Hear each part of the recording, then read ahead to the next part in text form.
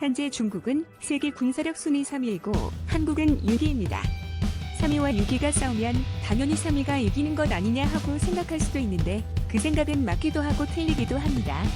첫째, 국가의 군사력이라는 것은 그것을 측정하는 방식에 있어 허점이 많습니다. 대부분 보유하고 있는 장비들의 개수와 우열에 따라 말하자면 일종의 스펙에 따라 결정되는데 여기가 무슨 결혼주선 만남 사이트도 아니고 나라들이 서로 자국의 스펙과 군사력의 장단점을 투명하게 전부 공개하지도 않을 것이며 또 무엇보다 그런 수치적인 스펙으로는 절대 알 수 없는 예를 들면 우리 대한민국의 경우 5천만 국민들 중 무려 그 절반이 군대에서 합숙하며 전문 군사 훈련을 받았으며 병장으로 만기 제대한 전투기계들이라는 부분 같은 건 실제 전투 결과에 있어 너무도 결정적인 부분인데 단회 그런 건 순위 선정에 있어 제대로 반영이 안 되고 있기 때문입니다. 그냥 스펙대로 수치대로 싸움이 흘러간다면 UFC 게임에서도 항상 덩치가 크거나 주먹리치가 긴 선수들이 느리길 것이고 어차피 스펙과 수치만 보면 결과가 다 나오기 때문에 굳이 실제 싸움도 또 할 필요도 없어져 버립니다. 하지만 실제 싸움에선 피작은 안경제 힘을 낳으니 복사가 헬스장에서 쇠질과 프로틴으로 불린 물 근육 덩치를 순식간에 보낼 수도 있으며 또 그 안경제 이 복서 역시 와이프 심부름으로 슬리퍼 신고 편의점에 다녀오던 UBT 출신 50살의 배불뚝이 아저씨에게 깊은 램수면에 흔들리지 않는 편안함을 경험할 수도 있는 것입니다. 스펙은 특히 국가 간 군사력의 순위 따위에서는 참고 다룰 뿐 절대 기준이 될 수 없습니다. 유튜브 채널 가장 많이 본 뉴스, 좋아요와 구독은 영상 제작에 매우 큰 힘이 됩니다. 한국 사람들이 머리가 좋다는 것은 굳이 따로 설명할 필요가 없이 세계적으로 이미 널리 인정받고 있는 정설입니다. 단지 공부 머리가 아닌 더 적은 것에서 더 많은, 더 적은 것에서 더 많은 것을 뽑아낼 줄 아는 그런 생존 머리가 우리 한국인들은 특화되어 있습니다. 게다가 한국인들은 아주 순하고 착하지만 상황이 그렇게 만들면 세상에서 제일 무서운 괴물이 될 수도 있는 그런 매우 이중적인 특성 또한 가지고 있습니다. 그런 한국은 현재 세계에서 유일하게 지난 70년간 꾸준히 전쟁을 준비해오고 있습니다. 다시 말하면 한국인의 전투적인 요소와 생존 요소 그리고 그 좋은 머리가 가장 극대화된 상황으로 결합된 환경에서 지난 70년을 치열하게 살아온 것입니다.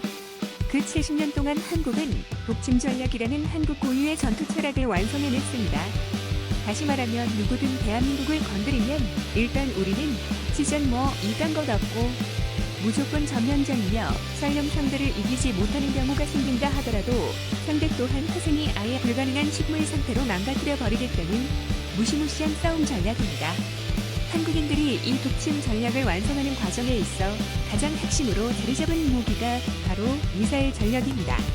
미사일이라는 무기는 미국처럼 커다란 항공모함이나 B2 폭격기처럼 아주 비싼 최첨단 무기가 없더라도 그게 누구든 일단 사정거리 안에만 들어오면 박살을 내 가루로 만들어버릴 수 있는 일종의 치트키 같은 넘사벽 가성비의 공격 무기입니다. 하지만 이 미사일 기술은 개발하기 매우 까다롭기 때문에 가지고 싶다고 아무나 가질 수 있는 그런 무기가 아닙니다. 현재 한국의 공격용 미사일 기술은 세계 최고 수준입니다.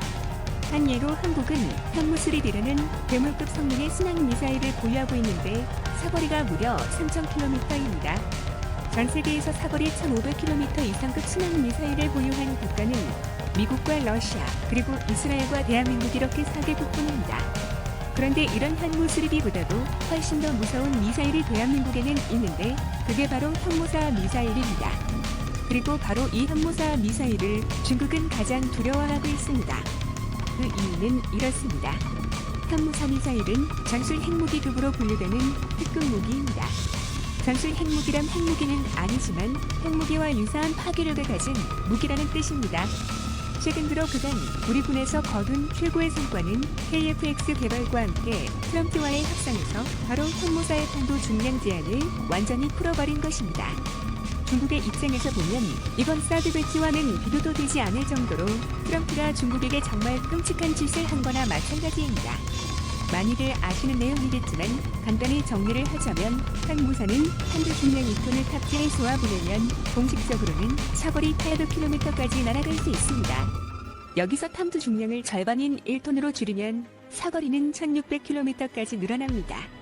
서울에서 도쿄까지 거리가 대략 1100km이고 북경까지 950km 그리고 상해까지가 860km입니다. 이제 모두 다 우리 항모 미사일 사거리 안에 들어옵니다.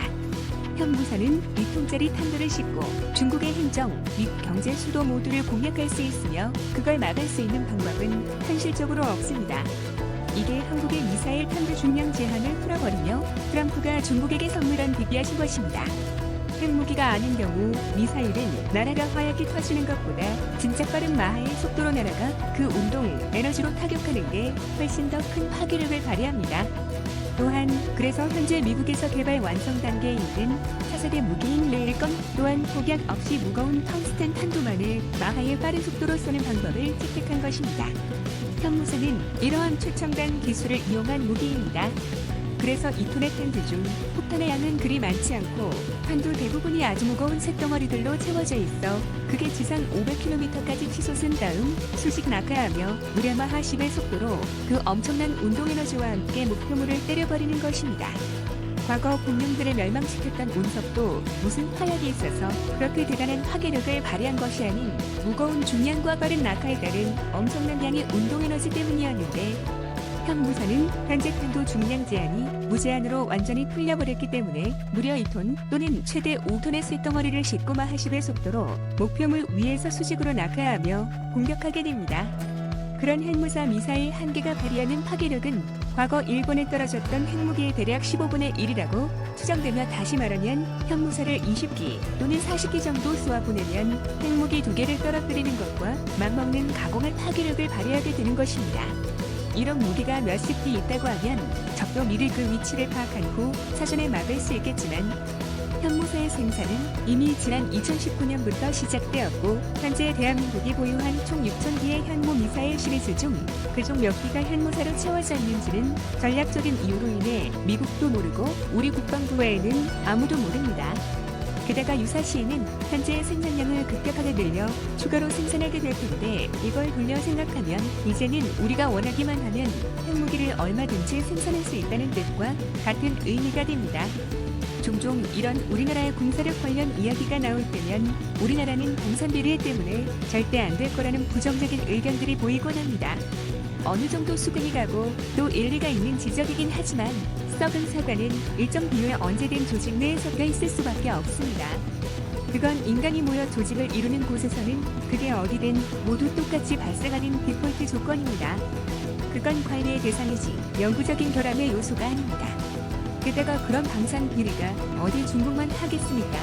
중요한 건 그럼에도 불구하고 개인 시점으로 돌아보았을 때 그 조직 전체가 얼마나 자기 역할을 책임있게 잘 해왔느냐는 것인데 우리 군이 지난 70년간 이루어낸 발전은 우리 국민들이 지난 70년간 성취해온 경제 발전과 괴를 같이 합니다. 쉽게 말하면 거의 기적에 가까운 수준으로 이보다 더 잘할 수 없을 정도로 비상식적으로 잘해왔다는 뜻입니다. 먹을 것도 없어 미군 따라다니며 초콜릿 구걸하던 비참한 시절에서 출발하여 먼 타국의 전쟁터에 가서 미군 대신 피를 팔던 가슴 아픈 시절까지 거쳐 지금은 자체 핵추진 잠수함과 차세대 전투기까지 직접 제작할 수 있는 기술력까지 보유한 전 세계에서 이제는 아무도 함부로 건드릴 수 없는 진짜 무시무시한 군사대국이 되어 있는 것입니다. 그리고 무엇보다 자꾸 우리에게 핵무기를 못 가지게 하니 대한민국의 그 독침 전략의 완성파실로서 핵무기 대신으로 개발하게 된 세계 최고의 공격용 미사일 중 하나인 현무사 미사일까지 보유할 나라까지 와버린 것입니다. 만약 한국이 현무사 미사일을 수백 개를 보유하고 그걸 모두 전략적으로 배치한다면 중국과의 전쟁에서 이긴다는 것이 아니라 그것으로 독침 전략의 조건이 성사되어 그 전쟁이 일어나지 않게 하는 전쟁 억제력을 발휘할 수 있게 된다는 것이 가장 중요한 효과이며 우리가 바라는 가장 이상적인 최종 목표입니다. 중국이 북한 땅을 통해 과거처럼 인해 전술로 밀고 들어와도 현무사 미사일로 공격하면 시즈탱크 수십 대가 하객진으로 박혀있는 그 앞으로 적의 수배 또는 수천 마리 몰려오는 것처럼 그 전략도 그냥 녹아서나 되어버립니다. 또한 이미 사정거리 안에 들어와 있는 북경과 상해외에도 서울에서 1600km 떨어져 있는 중국의 산샤병을 비롯하여 현재 중국이 운용 중인 원자력 발전소 48기 중 무려 42가 현무사의 사정거리 안에 들어와 있기 때문에 마치 우리도 핵무기를 가지고 있는 것처럼 중국은 자국이 완전히 망가질 각오가 아니라면 절대 한국에 대한 군사적 침탈 계획을 감행할 수 없습니다.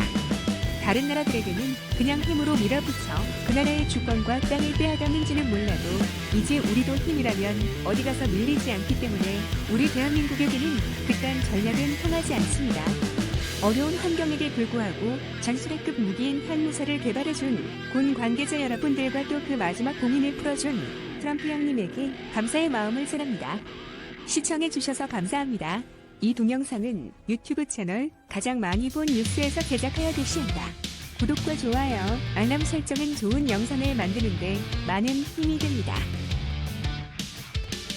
현재 중국은 세계 군사력